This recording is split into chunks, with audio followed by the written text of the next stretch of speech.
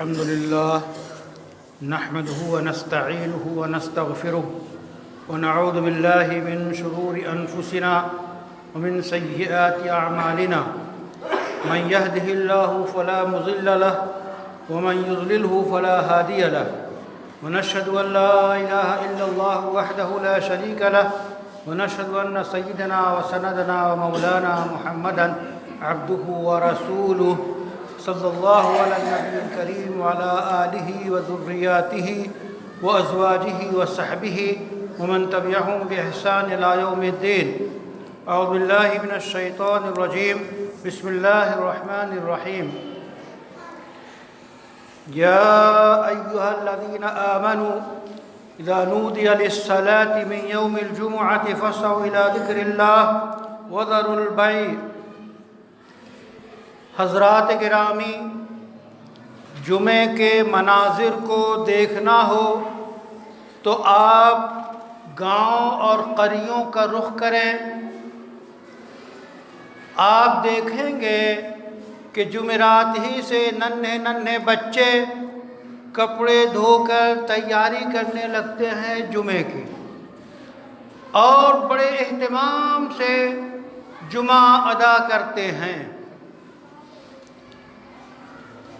ان بستیوں میں اور ان چھوٹے چھوٹے ایسے گاؤں میں جہاں اس انداز میں جمعہ ادا کیے جا رہے ہیں، اس کے پیچھے اگر آپ دیکھیں تو ہفتے میں گویا ایک ہی نماز وہ پڑھتے ہیں. پورے ہفتے تیاری کر کے جمعے کی تیاری وہ کرتے ہیں، بس جمعے کی نماز پڑھ لیتے ہیں. بقیہ 5 وقتہ نمازیں شاید پڑھیں.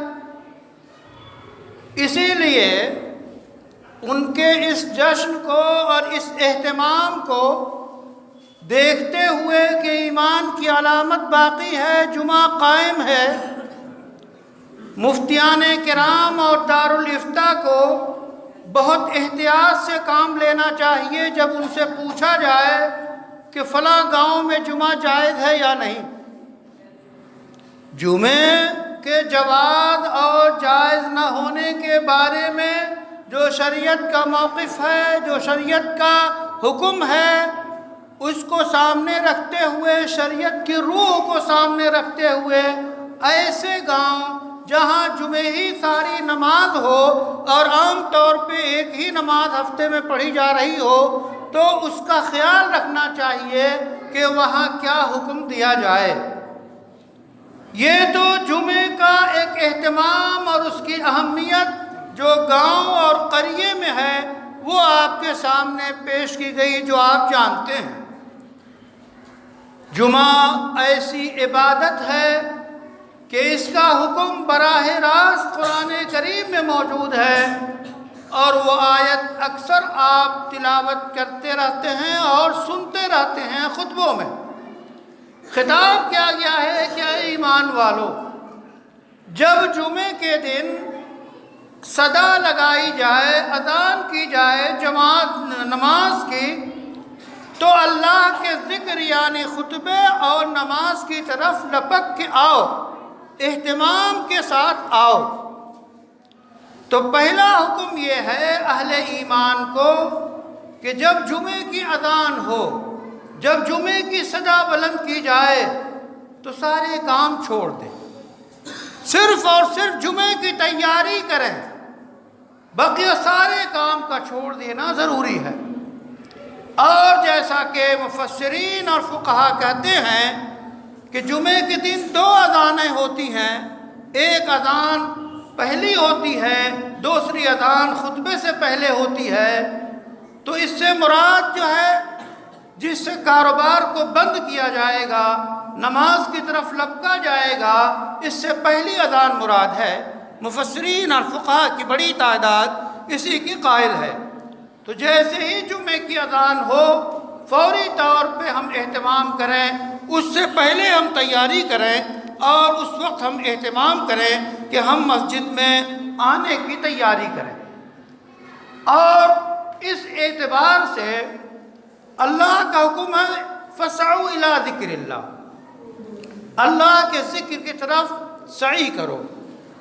فسعوا سعی کے معنی آتے ہیں اہتمام کرنا، کوشش کرنا۔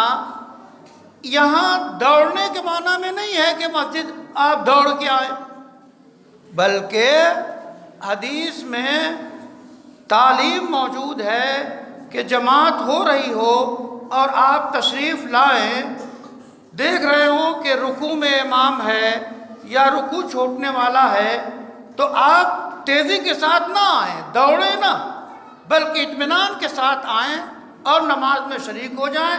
جو مل جائے اسے پڑھ لیں، باقی بعد میں پڑھ لیں۔ تو عام طور پہ ہم دیکھتے ہیں کہ وضو خانوں میں اور مسجد کے آس پاس جب امام رکوع میں جاتا ہے تو لوگ دوڑ کے آتے ہیں، اور کبھی کبھی زوردار آواز آتی ہے، یعنی کوئی گر جاتا ہے، پھسل کے گر جاتا ہے۔ تو شرعی احکامات وہ انسانیت کے فائدے کے لیے ہیں۔ آپ دوڑیں گے، گریں گے، چوٹ لگے گی، پھر آپ کے اندر خشوع نہیں ہوگا، اطمینان نہیں ہوگا۔ آپ اطمینان سے آئیں، جتنی رکعتیں مل جائے پڑھ لیں۔ تو جب جمعے کی اذان ہو تو آپ جمعے کے لیے آنے کا اہتمام شروع کر دیں اور مسجد آ جائیں۔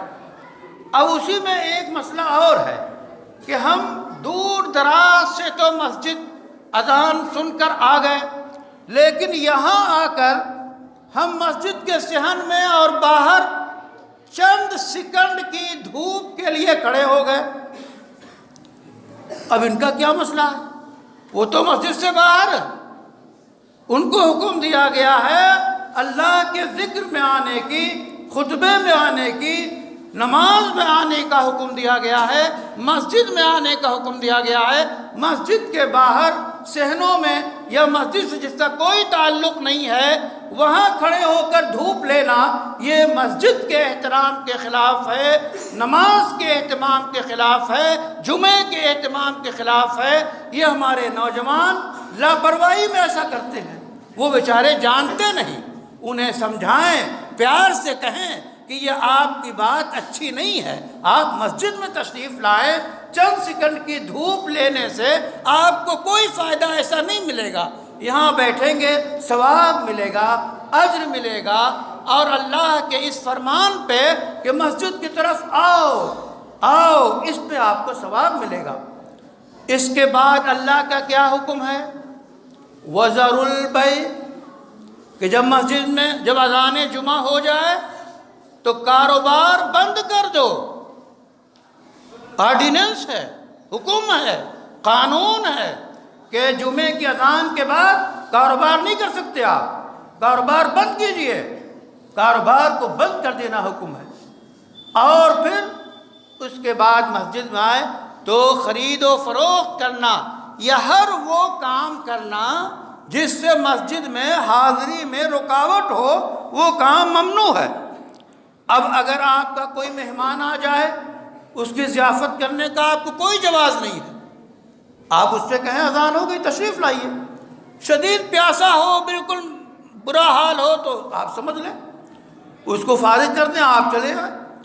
تو مہمان نوازی اور یہ ساری، جب کاروبار جو اپنا کاروبار ہے اس کو روکنے کا حکم ہے۔ اور پھر اللہ نے آخر میں حکم دیا کہ جب نماز ہو جائے تو وابتغوا من فضل اللہ، تو اللہ کے رزق کو تلاش کرو، کاروبار شروع کر دو، کاروبار کرنے کا بھی حکم ہے۔ تو گویا جہاں یہ مسجد میں رہ کر معاد کی تیاری ہے، وہیں باہر رہ کر نماز کے بعد معاش کی تیاری ہے۔ یعنی اگر ہمارے پیٹ میں کچھ ہوگا تبھی تو ہم نماز پڑھ پائیں گے، اور پیٹ میں کچھ ہونے کے لیے کاروبار کرنا ضروری ہے، فرض ہے روزی کمانا۔ بہت سے ہمارے نوجوان ہٹے کٹے یوں ہی گھومتے رہتے ہیں، یہ صحیح نہیں ہے۔ روزی کمانا فرض ہے ان کے ذمے، اور اللہ کی طرف سے حکم ہے زیادہ سے زیادہ کمائیے، زیادہ سے زیادہ کاروبار کیجئے، حلال کاروبار کے ذریعہ آپ بازار میں چھا جائیے، ملک میں چھا جائیے، ایکسپورٹ اور امپورٹ کیجئے، بڑے تاجر بنیے۔